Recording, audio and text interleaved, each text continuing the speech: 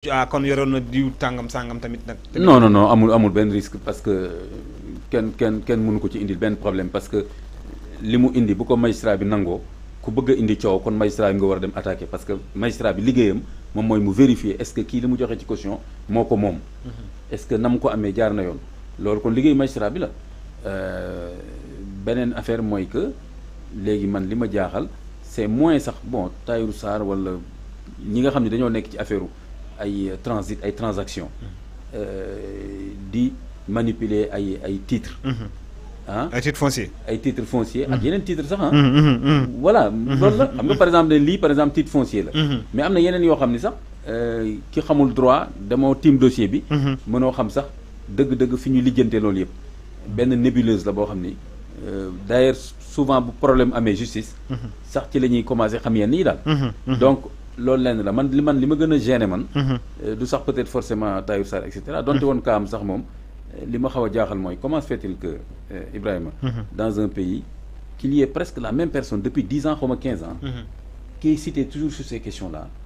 mais donc Sénégal amul keneen ku fi def transaction keneen kuy kii te comment se fait-il que Tahirou Sarr rek mooy am problème yi. c'est la même personne. c'est la même personne mais xanaa duñ ma ne Sénégal transaction yi ñuy def yëpp nii. Tahirou Sarr rek ci côté foncier bi mais les gens. donc su ma la déggee bu baax dossier Tahirou Sarr ak foncier lu yàgg la. mais lu yàgg la. ok depuis temps wu Ablaye Wade je crois. ok ñu ngi ko ciy tudd. tout le temps donc ba ci titre foncier bi Sonko bëggoon. nangu dénoncé waaw ak kii. waaw kii Diallo. waaw et cetera Mamour Diallo. waaw te loolu. ça veut pas dire que ni dossier bi sax ci année boobu la attention. oui c'est vrai. voilà mais nee naa la non ça peut prendre 10-20 ans. donc je comprends pas en tout cas yaakaar naa ni peut-être un gouvernement qui veut plus de transparence moins de corruption et tout war nga xam ni surtout lu jëm nag ci affaire transaction foncière yooyu kooku moom war nga ko xool bu baax a baax parce que lu bari ci wàllu corruption ak politique yi li ñuy lijjanteeg ces hommes d'affaires là entre guillemets je sais pas quelle affaire foofu lay jaar donc je crois que ku bëgg comme ni ma ko waxee transparence bëgg wàññi affaire corruption boo xoolee côté boobu dana am lu bari loo fa mën a liggéeyal réew mi même bu Farba Ngom bi xoolal on te dit que ñaata sans xaw ma lan lañ koy toppee nangam et cetera après j'étais choqué de savoir que bon Farba Ngom nee na xaw ma il a facilité xaw ma ban bon de trésor mais je me suis dit voilà un député je trouve un peu même un conflit d'intérêt un député Ibrahima tu es d'accord avec moi bien sûr waaw un député qui est quand même en même temps facilitateur sur de l'argent public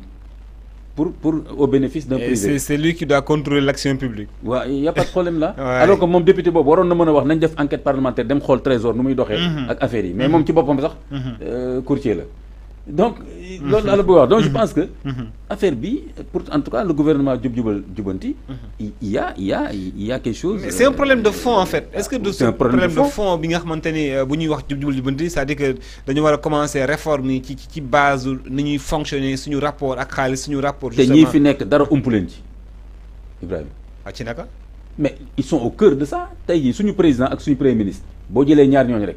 daanaka mën naa la waxal ni 99% transaction yi am ci réew mi te di laal le bien public foncier benn la ci.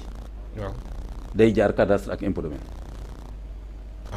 te loolu laa la bëgg a wax te ñoom ñaar ñu jaar impôt domaine. loolu laa la bëgg a wax boo fàttali ko doyen Mendy am na benn plateau. boo bokkoon ak moom fii muy wax naan. foofu moom dañ ko war a réformer complètement xool nañ ko sax tas def ko li yóbbu lii fi yóbbu fi et cetera parce que tout le monde se rend compte que tout se joue là-bas et que donc ñii ñoom seen bopp bi ñu nekkee ci opposition bi amul lu dul woon wax foofu mais xoolal Sonko amul chaque fois mi ngi day joxoñ Amadou Ba pourquoi un milliardaire un fonctionnaire milliardaire xam nga li ma lay wax xam nga yow da nga doon kii sax mën ko tegal da nga doon yëkkati man la tegal kon ñii xam nañ suñu président bi nii ak premier ministre nee naa la xam nañ 99%. mais lii laal lool léegi nag mu des.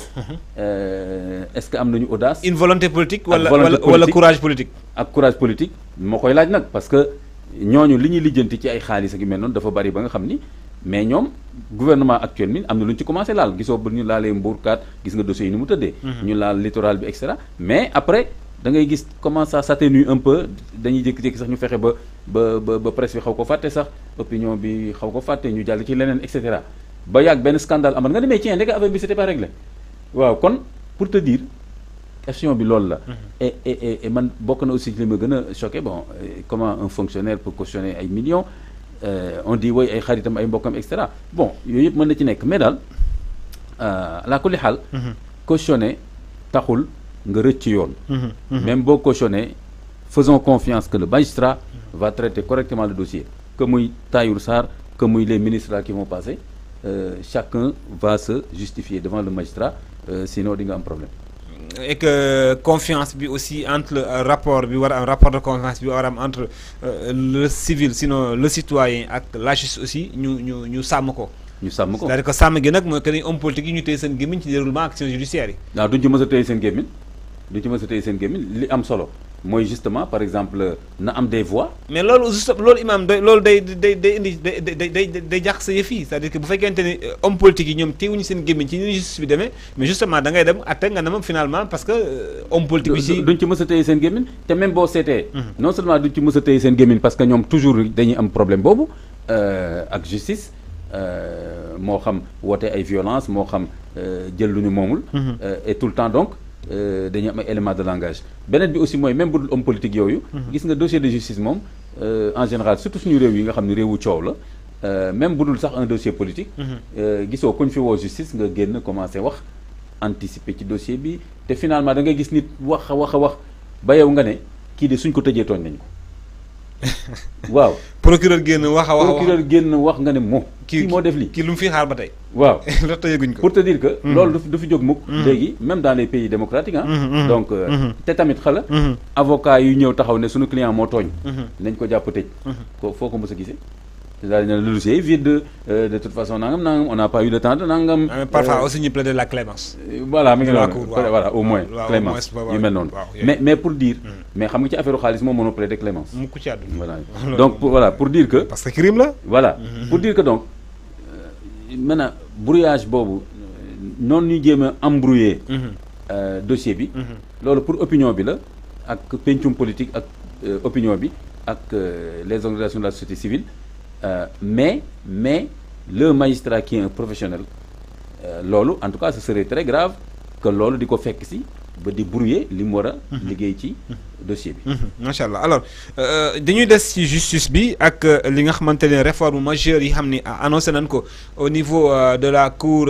du conseil supérieur de la magistrature la CNS muy li nga xamante ne lii mooy lu réforme yooyu nag bokkoon na ci li nguur gi diggee woon que ni président bi war a génn conseil supérieur de la magistrature mu tekki fa ndombal tànkam jot nañoo gis le président bi mu génnee keroog la mu wax ci question bi nee na magistrat ci seen bopp bëgguñu mën a tekk fa sama ndombal tànk pour x raisons des raisons que nous ne connaissons pas en tout cas man xaw ma wax dëgg fa yàlla xaw ma peut-être imam mu xam ci dara la moo tax magistrat yi bëgguñu président génn foofu mais li ci mënti am li wër te wër mooy que lii moom xam nañ ko mooy que ne réforme yi dina am jëm ci conseil bi parce que nee nañu